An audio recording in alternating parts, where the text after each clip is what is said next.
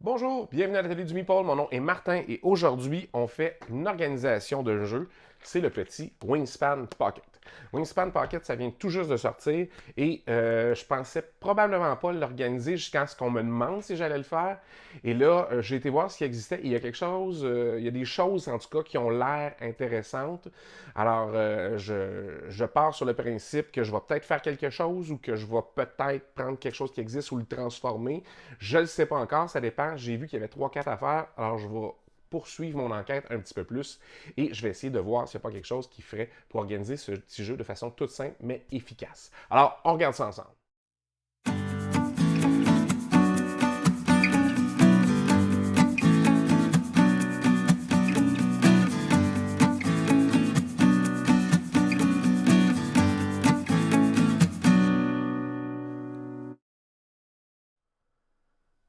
Bon, ben, je vous présente ce qu'il y a dans la boîte de Wingspan Pocket. C'est une petite boîte.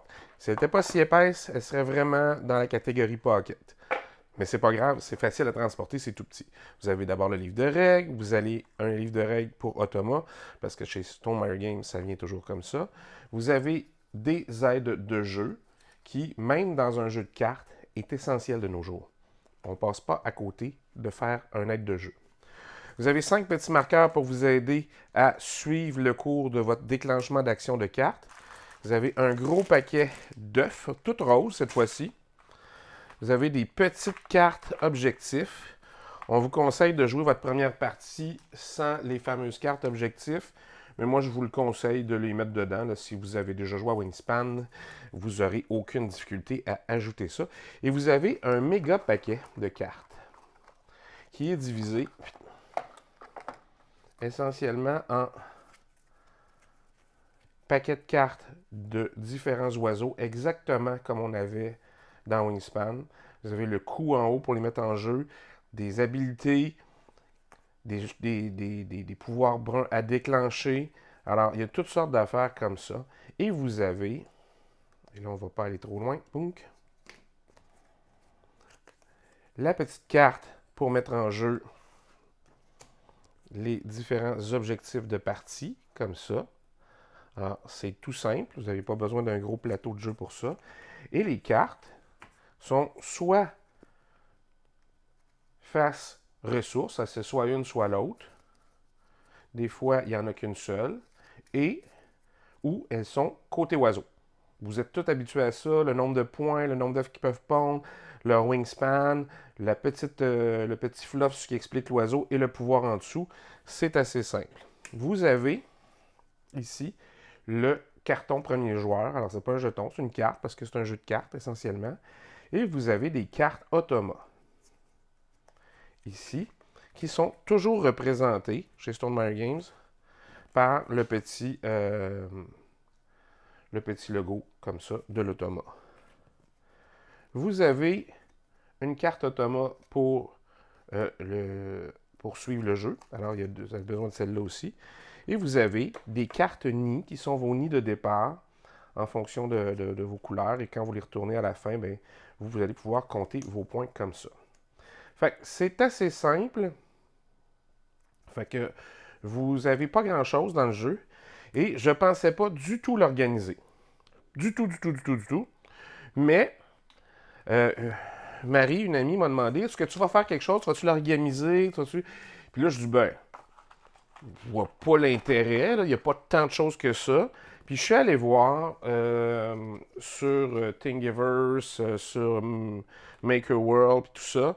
Et j'ai découvert quelque chose de, ma foi, super cute que je me suis dit, ah, ça le ferait. Moi, je ferais peut-être un insert avec ça, ou comme ça, si vous voulez. Alors, je pense que je vais imprimer, assembler tout ça, voir de quoi ça a l'air, puis vous revenir avec ma solution, voir si ça fonctionne ou pas. Bon, ben, qu'est-ce que ça l'a donné? Ben, c'est très, très, très, très, très satisfaisant. Je vais vous mettre le lien, comme toujours, sous la vidéo. Alors, vous irez voir.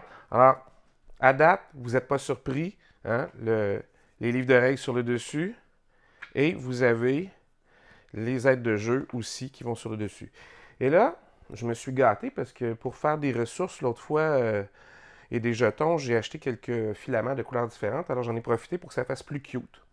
J'ai un rack qui va directement sur la table avec tous les œufs dedans. Alors, ça fonctionne assez bien. Et vous avez un autre rack complètement facile à sortir parce que vous avez des petites poignées chaque côté comme ça pour votre deck. Et votre deck, vous avez un endroit comme ça en avant où il est complètement vide pour vous aider à le sortir. Puis moi, je fais souvent des trous dans le milieu, mais ça fonctionne très bien. J'aime ça. Et vous remarquez, ce modèle-là ne fonctionnera pas avec des sleeves, c'est trop serré.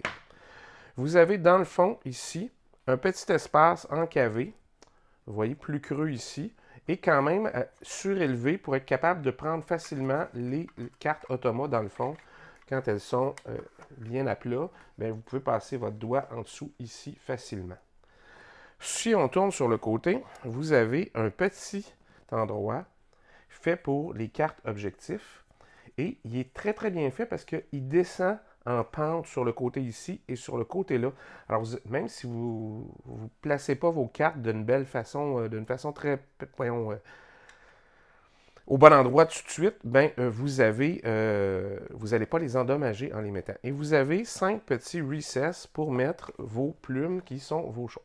Alors, au début, je me suis dit, oh mon Dieu, Martin, ça ne le fera pas. Je l'avais mis, puis ça dépassait. Mais il faut bien voir qu'il y a un angle dans le fond qui est très, très difficile à voir. Là. Mais dedans, ici, il y a un angle. Et si vous suivez l'angle, il va rentrer parfaitement dedans. Vous n'aurez pas de problème. Et là, je suis à l'envers de l'angle. C'est pour ça. Voilà. Comme ça. Alors, en remettant ça par-dessus, ça ici, vous avez non seulement quelque chose de cute, mais de très fonctionnel. Je veux vous dire que sur la même personne a fait un design où vous avez 4 réceptacles comme ça au lieu de 1. Donc, il est divisé en 4 pour faire vos 4 piles. 1, 2, 3, 4. J'haïssais pas l'idée. Puis après réflexion, j'ai décidé que je ne le faisais pas pour la simple et bonne raison que je vais mettre les 4 paquets comme ça sur la table. Là, évidemment, c'est le premier joueur puis tout ça ici. Là. Alors, je vais mettre les 4 paquets comme ça. Et c'est un jeu jusqu'à 5 joueurs. Et le modèle faisait que c'était pas facile de les sortir de tous les côtés quand la pile descendait. Alors moi, j'ai opté pour faire juste mes 4 piles comme ça sur le jeu. Ce sera ça. Puis, pas besoin de plus. Mais si vous voulez, dans le lien que je vous envoie, vous avez 4 cabarets plus minces pour éviter de faire un seul comme ça. Et ça vous permet de vous en servir pour les faire sur la table. Et comme je vous dis, moi, sur la table, je veux qu'il soit accessible facilement de tous les côtés et je pense que la solution de 4 petits cabarets ferait que ce serait beaucoup moins user-friendly. Alors, ceci étant dit, si vous voulez l'essayer, gênez-vous pas. Moi, c'est mon expérience à moi. Ça n'a rien à voir avec peut-être ce que vous voulez. Alors, c'est non seulement regardez comment c'est bien encavé, les courbes sont là. Tout est fait pour que ce soit facile à ramasser. Vous voyez, le petit carré ici sert pour vos doigts. Puis, la souplesse de la boîte vous permet d'aller le chercher sans rien briser comme ça. Alors, c'est bien fait. Je n'ai que de bons commentaires pour cet insert-là. Et je vous mettrai le lien, comme je vous disais, comme je fais à chaque fois. C'est vraiment un bel organisateur. Puis, ça va être facile à ranger également. Alors, c'était mon rangement pour Wingspan Pocket. Ben, je pense que c'est un winner. Non seulement l'insert est très, très, très malin. Alors, les choses qui s'insèrent dans l'autre, l'espace en dessous pour mettre l'automa pour pas que vos cartes soient mélangées avec le restant, les petites cartes sur le côté qui tiennent de façon très discrète et très efficace, l'endroit pour ranger vos petites plumes qui sont vos marqueurs pour être sûr que vous suivez bien le déclenchement de vos cartes. Tout ça me semble super bien fait et j'ai adoré le concept. J'ai rien changé finalement, rien pantoute. C'était absolument parfait. Alors, j'espère que ce genre de petites affaires-là, des fois, même si c'est fait des vidéos plus courtes et des solutions beaucoup plus simples, ça pourrait le faire très bien pour vous aussi. Alors, il y a moyen aussi de se dire, ben, je vais faire un rangement soit en papier plume ou en origami pour les cartes, un autre pour les œufs, de me faire une petite fente pour mettre les petites cartes et de me faire aussi un autre petit origami ou rangement pour mettre les plumes. Ça le fait de toutes les façons que vous allez le faire, oui, mais je pense que celle-là a l'avantage, même si vous avez, là, c'est rare que j'ai ça, j'ai même du filament de couleur. Alors, ça a donné une petite touche de plus. Puis quand je vais le mettre sur la table, bien, le bleu et le jaune vont matcher, si vous voulez, avec n'importe quelle couleur d'oiseau. Ça va être un peu plus joli que juste du gris, que ce que j'ai toujours tendance à faire. Alors, si vous avez des questions, gênez-vous pas. Si vous avez des suggestions aussi à faire, je ne prends pas de commandes à proprement dit pour les jeux, mais des fois, j'ai des amis qui les ont, qui me les demandent, puis je ne fais pas toujours des vidéos. Alors, si jamais vous avez des demandes spéciales, vous pouvez toujours les inscrire en bas. Je verrai ce que je peux faire si j'y ai accès. Hein? C'est toujours si j'y ai accès. Alors, on se revoit la prochaine fois. En attendant, amusez-vous.